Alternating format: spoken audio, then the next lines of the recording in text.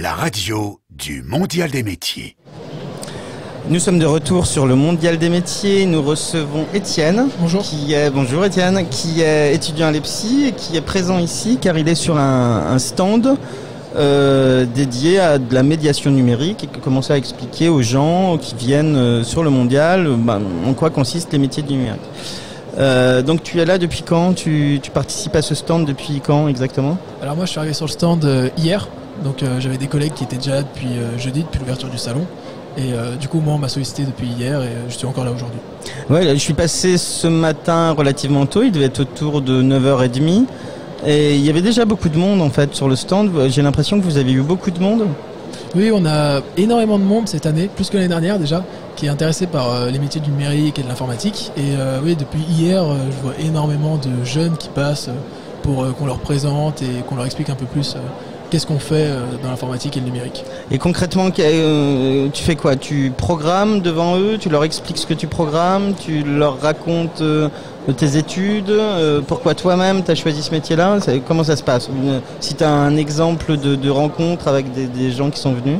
Alors souvent on a des jeunes qui sont encore au collège ou début lycée qui du coup viennent et veulent en fait avoir des informations sur qu'est-ce que c'est l'informatique, qu'est-ce qu'on y fait, quels sont les métiers de l'informatique. Donc nous justement on a une petite télé donc sur laquelle on a pu mettre justement un bout de code que tu as pu voir tout à l'heure et son application et justement des schémas justement d'infrastructure réseau et du coup on leur explique voilà quels sont les métiers qui peuvent conduire, quels sont les métiers qu'on peut faire après ces études là, qu'est-ce qu'on fait, on leur montre, on leur explique rapidement qu'est-ce qu'on fait justement avec tel code, voilà. Et oui, on leur explique pourquoi on a choisi ces études-là, pourquoi on a envie de faire ça, voilà. D'accord. Et qu'est-ce qui, toi, t'a poussé, t'a donné envie de venir faire ça tu pourrais être en week-end, jouer à la console avec tes copains ou aller ou sortir. T'as choisi de venir sur le Mondial des métiers pour faire un peu de transmission, de pédagogie, de médiation. C'est quoi la raison de ça? Déjà, je suis pas du tout obligé de venir là. On n'est pas obligé par notre école. On est venu avec mes camarades justement parce qu'on aime bien faire ça en fait. Je fais souvent les salons justement avec l'école. J'aime bien rencontrer les jeunes et justement les renseigner, leur présenter ce qu'on fait parce que je trouve ça intéressant et parce que je suis assez heureux aussi d'avoir eu des personnes qui ont été là pour moi aussi quand je cherchais qu'est-ce que je pouvais faire après le bac, quel métier était disponible. Donc voilà, je viens pour les renseigner et puis ça me fait plaisir. Toi-même, tu as la vocation d'aller vers l'informatique, de travailler dans ces domaines-là, c'est venu quand?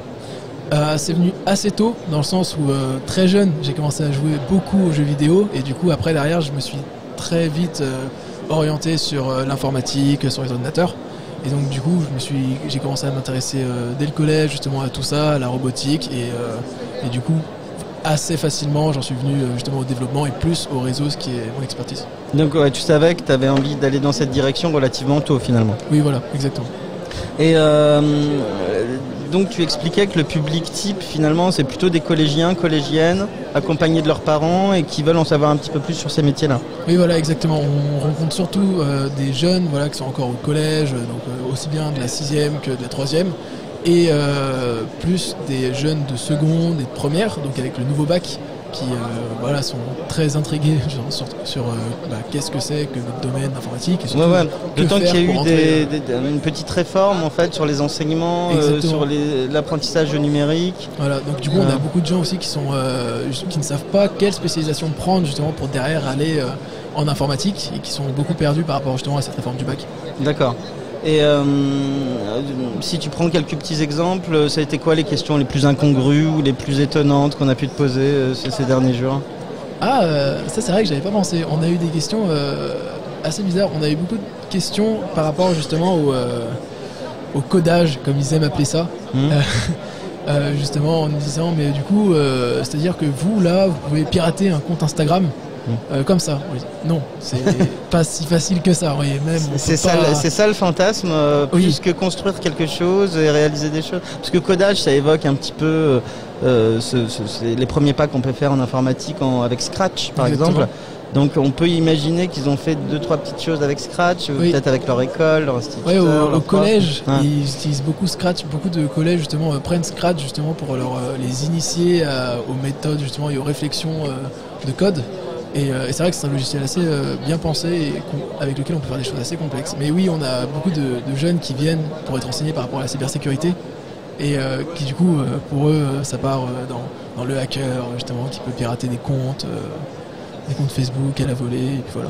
Ouais, mais finalement, c'est quoi? C'est plus l'attrait pour les technologies ou finalement une sorte de romantisme comme ça de la figure du hacker qui fait ce qu'il veut, qui est libre et qui peut pirater des choses? Je pense qu'il y a pour un grand nombre, une figure justement de romantisme, comme tu disais. Comme dans la série télé Mr. Robot. Mr. Robot, ouais, exactement. Ce côté, je pense qu'il y a beaucoup justement de romantisme et aussi du fait que justement c'est un domaine aussi qui est peu connu, techniquement peu connu dans ce qu'on fait dedans. Et du coup, beaucoup de jeunes, et puis tant mieux en vrai, c'est comme ça aussi que des vocations se créent. Beaucoup de jeunes justement qui se demandent qu'est-ce qu'on fait et qui se disent waouh, ça va être incroyable. C'est essentiellement du coup de la discussion plus que de la pratique en fait. Vous discutez, vous échangez. On leur présente principalement parce qu'ils ont beaucoup de questions. Et ensuite, si on les voit, si on les sent intéressés, on va leur montrer justement.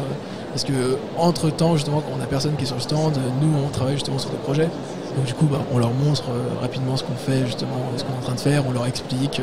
Après, on en a qui nous ont surpris, qui s'y connaissaient extrêmement bien en code déjà, et du coup on commençait vraiment à aborder des sujets très techniques avec eux, et ça m'a surpris. Bon, là c'est plus de la confirmation de vocation plus que de vraiment une ouverture sur un domaine. Dans ces cas-là, oui, complètement. Et du coup ils viennent plus pour parler justement des écoles et du cursus à faire, plus que pour parler du domaine. Donc toi en l'occurrence tu es de l'école EPSI, et c'était ça qui t'a amené, c'est par son biais que tu es venu sur ce stand du Mondial des métiers où on peut te retrouver jusqu'à ce soir. C'est bien cela? Exactement. C'est très facile à trouver, c'est assez central sur le plan.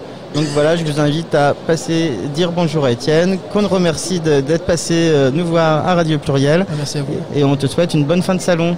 Merci.